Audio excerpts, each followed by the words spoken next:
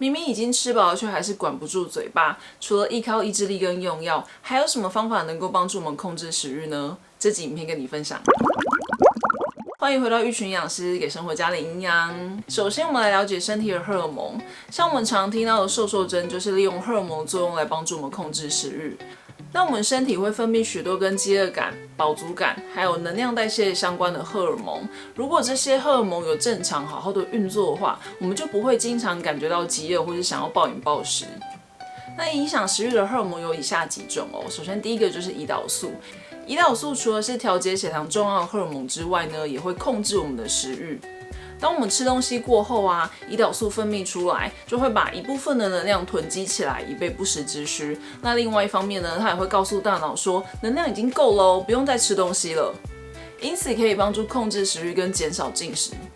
不過如果胰島素的作用變差，就像我們常聽到胰島素阻抗，就會導致血糖變差，還有飲食過量。那第二個荷爾蒙是瘦素哦，瘦素從這個字面上看起來就是要讓你瘦。那瘦素呢，是從脂肪細胞分泌的，如果有正常發揮作用的話，就可以幫助我們抑制食慾跟減少進食。那你可能會想說啊，脂肪細胞越多，是不是會分泌更多的瘦素？可是呢，如果脂肪細胞太多，反而會造成瘦素阻抗，瘦素的作用就會不好，沒辦法發揮它正常的功能，導致食慾大增，飽足感下降。那下一個荷爾蒙呢，是飢餓素，顧名思義啊，就是會讓你覺得餓，想要吃東西的荷爾蒙。像我們常聽到的壓力肥啊，一部分來說就是跟飢餓素有關。當我們面對長期壓力的時候啊，身體就會需要能量作戰嘛，那飢餓素就會分泌更多，導致我們吃更多，結果就造成肥胖的問題了。那再來呢，就是我們常聽到的瘦瘦針 GLP-1 了。GLP-1 啊，是我們腸道細胞分泌的一種荷爾蒙，除了可以幫助調控血糖之外呢，最令大家重視的就是它控制食慾的效果了。GLP-1 会讓腸道蠕動變慢，也會從大腦減少對食物的渴望，因此可以達到控制食慾跟提升飽足感的效果。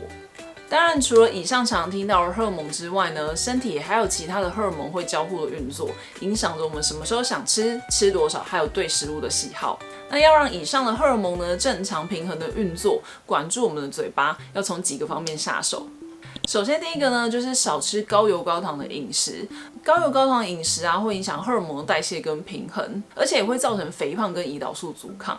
那第二個呢，就是吃彩虹食物。彩虹食物裡面的植化素呢，可以幫助身體代謝解毒，而且也能夠幫助維持荷爾蒙平衡。那第三個呢，就是保持睡眠充足了。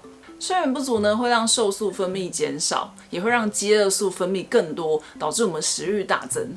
那第四個呢，就是幫助自己做好壓力管理。一直處在高壓的環境之下啊，就會讓我們的慢性壓力荷爾蒙皮質醇分泌的量增加，這樣也會導致食慾跟進食量增加哦。那最後呢，就是顧好你的腸道菌。有些荷爾蒙啊，是從腸道細胞分泌的，就像我們剛剛聽到的瘦瘦針的成分 GLP-1。養好你的腸道呢，有好的腸道菌叢呢，就可以幫助這些腸道荷爾蒙正常的分泌。那下一個控制食慾的方法是運動，運動可以紓壓，也會促進血清素分泌，讓我們的心情變好。那另外一方面呢，運動也可以降低我們飢餓素，還有提升 GLP-1，達到抑制食慾的效果。不過你有沒有注意到呢？運動後啊，你是不想吃東西，還是會更想吃東西呢？有研究發現啊，強度高的有氧運動啊，通常可以降低食慾。那重訓也可以減少飢餓素分泌，進一步降低食慾。所以，如果你想要透過運動來控制你的食慾的話，也許下一次你可以把運動的強度拉高一點，並且搭配肌力訓練會更有效哦。那接下來控制食慾的方法就是從提升飽足感下手了。吃東西之後的飽足感啊，會從心理跟生理的兩個層面來幫助我們控制食慾。食物本身呢，就會帶來一定的飽足感。如果我們增加食物的飽足效果，讓我們可以更長時間不想吃東西，就可以控制熱量。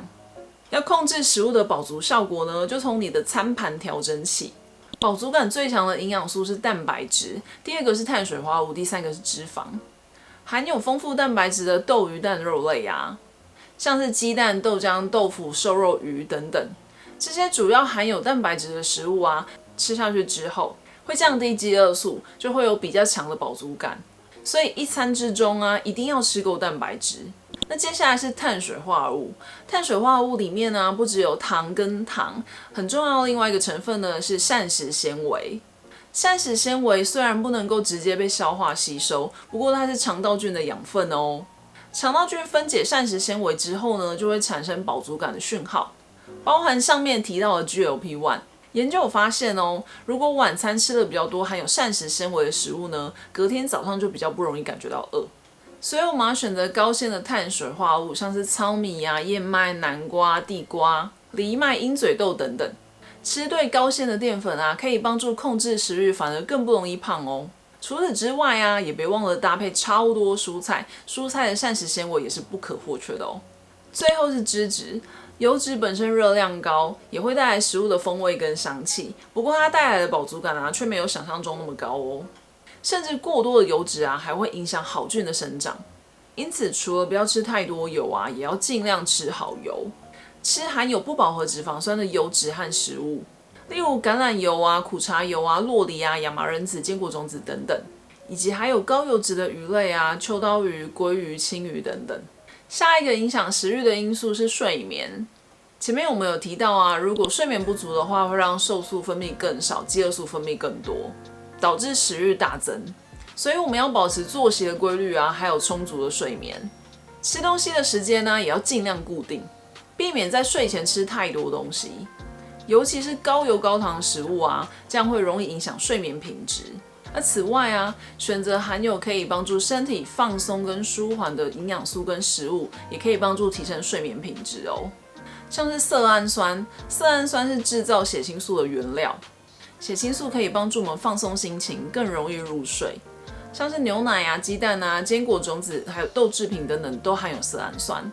那再來是鎂跟鈣，鎂跟鈣都有放鬆神經跟肌肉的效果，可以幫助入睡。除了乳製品之外啊，堅果種子、深綠色蔬菜，還有全穀雜糧裡面都含有鎂跟鈣。